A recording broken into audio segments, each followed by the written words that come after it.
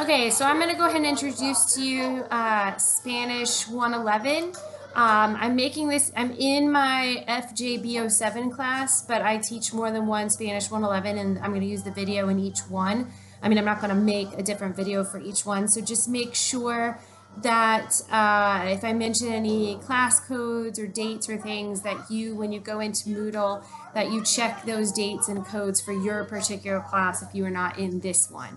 I'm going to mostly use Moodle. I know some of you have probably know other Spanish classes or have taken classes where they use My Language Labs. This is what My Language Labs looks like. I am going to ask you guys to get a subscription to My Language Labs, but all you're really going to use from there is the eText, which looks like this. It's an electronic version of your textbook.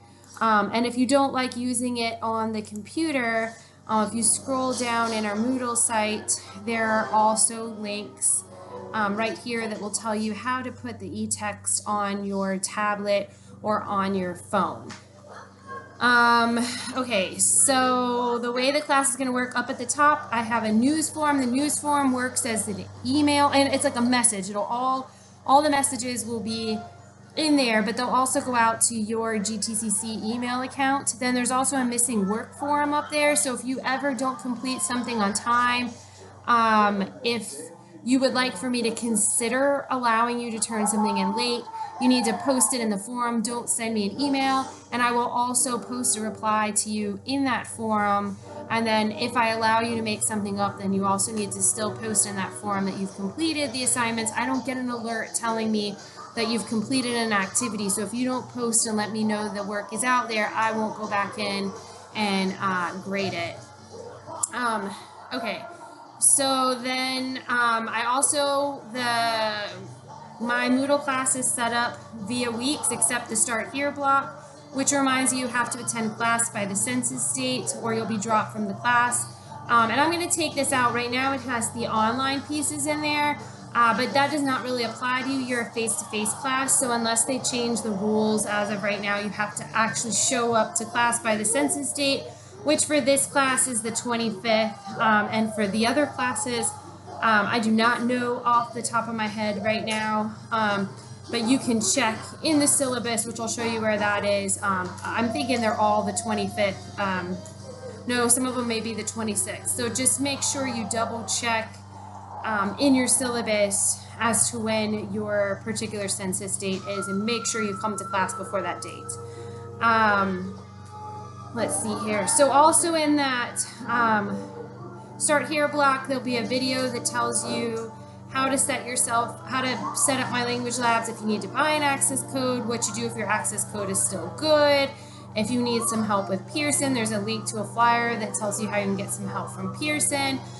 There's also a link to a 2-week temporary access code, and then how to set yourself up in My Language Labs if you use the 2-week temporary access code and it runs out and you need to use, you need to purchase one, because after 2 weeks you have to purchase one. Then after that, the way my Moodle is set up is by week. My assignments are due on Thursday, but I do set up the entire week, and I set it up Sunday to Saturday like a real week. And I try, and now that we're back to the regular year, I'll have 7 classes, so it's not always going to happen, but I like to try to grade, like you guys turn stuff in on Thursday, and then I try to get the grades in by Monday. But again, being the fact that now we're back in the classroom full-time, and with 7 classes, and I actually travel to more than one campus, I do ask for grace period depending on what it is that you have coming in. If it's a lot of written assignments or oral assignments, I sometimes need a little extra time. I can't get it all done in 3 days. So at the top of each week, I'll tell you the pages to study, what our module objective is, when the assignment due date is. So if you forget that it's Thursday, it'll always be listed right there. And then your assignments will be here. You have 2 forums in the first week. The first one deals with the syllabus, but the second one deals with the class participation forum. And I will have those in each week. And all I ask you to do for the class participation forum is a check-in. You will just post in the forum letting me know if you have any questions or concerns about the class. And if you don't have any, then you post that you have no questions or concerns. Another assignment that you might see fairly frequently is one that looks like this. It might say assignment 3, assignment 4, etc. These are the activities that were originally in my language labs, but I've since moved over to Moodle. So if you're playing around in my language labs, you'll be like, oh, that looks like it came from the book. So integrated in, I'll have explanation videos. So like this goes over the vocabulary that you need to complete the activities that are below. So make sure that you watch, and these are all YouTube videos. So when you hit play, obviously it's super tiny right here. You can pop it out like this and then hit escape and go back, or you probably would see it even better if you send it out to, I'm just going to copy the link. There might be another way to do this. You might want to send it out to, where do I want to stick this here? Maybe to YouTube. You might be able to see it even more clearly actually in YouTube. Okay. Where am I? Okay. So my quiz that I was in here. Okay, so then there's videos that go over the material you'll want to watch. And then I try to have a video that explains how to do each assignment. So you'll also want to watch the explanation video before you complete each assignment. So this little video right here tells you how to do that SAM 101, and this one tells you how to do SAM 102, etc., etc. Okay. You also get 2 attempts for each of these. And you get the right answers after the after the first attempt. So you should always get 100 on these. But if you're finding, this is practice, so I'm not really evaluating you on how you do these. But if you run into any trouble, like if after the first one you got a whole section wrong and you really don't understand why, then that's when you should reach out to me before just plugging in answers so that you really understand what you were supposed to get from the particular lesson. Okay. Okay, so I'll just keep going through. So some other assignments you might have is a cultural assignment. In addition, I always try to have like a video like right there. It explains how to do the assignment. So when you see those videos that explain how to complete the assignment, watch them. They're not always very long, but they're helpful so that you know what you're supposed to do. What else is there? Okay, so like here's an oral. Usually we workshop orals, but this first one's really easy, so I didn't have us workshop it. So again, this will explain the assignment. And this, I even have started giving an example. Like this one says, see the following link for a completed example. So if you have something like that, you may want to watch because I actually made a recording so you can see what a recording should look like. And then I gave you some different options on how to make recordings so that you can make your own recording. So you can pick, you might want to watch these all the first time just to decide which way works best for you. But then in the future, you wouldn't need to watch all of these. If like the first option works well for you and you like it, then and you forgot how to do it, you would just watch option 1. Okay, I'm trying to see. Test.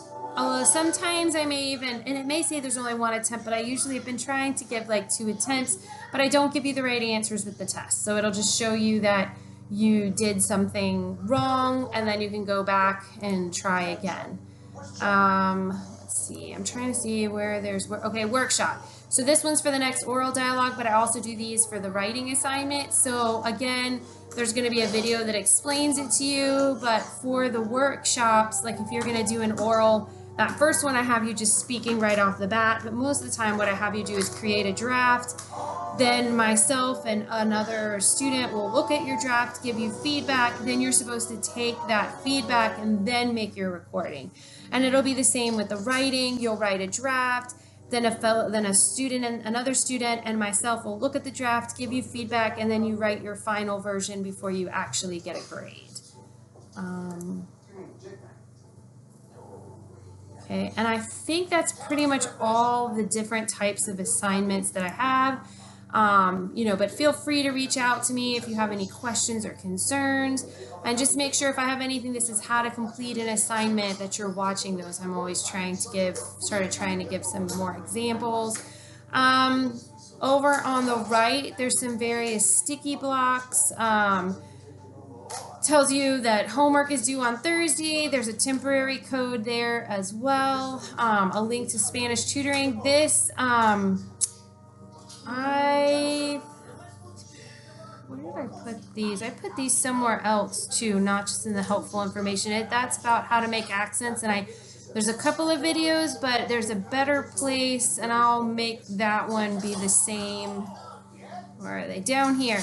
So this, people are always asking about how to make accent marks. This one takes you to like a PowerPoint, and it'll tell you, you know, like you don't have to look at the whole PowerPoint. It'll be like a slide for people that have Macs, a slide for people who use Chromebooks, a slide for people who use a PC. So there's just different ways, you know, it's different. How you make accent marks is different depending on what type of device you have. So I'm going to make this the same as up top. I didn't realize I had the older ones there. But then there's various links to tutoring. There's a priority line if you need some help with My Language Labs.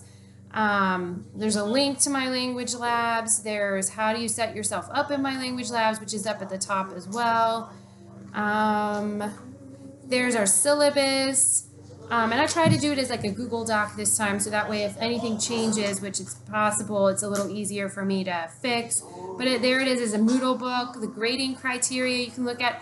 That's just for the written and the oral activities, but they're in those written and oral assignments. The rubrics will be embedded in the, like especially in the workshop. So when you're doing the workshop and you're grading somebody else, that rubric that you're using to evaluate their writing or their written draft for their oral presentation, those are the same rubrics that I use to grade the final.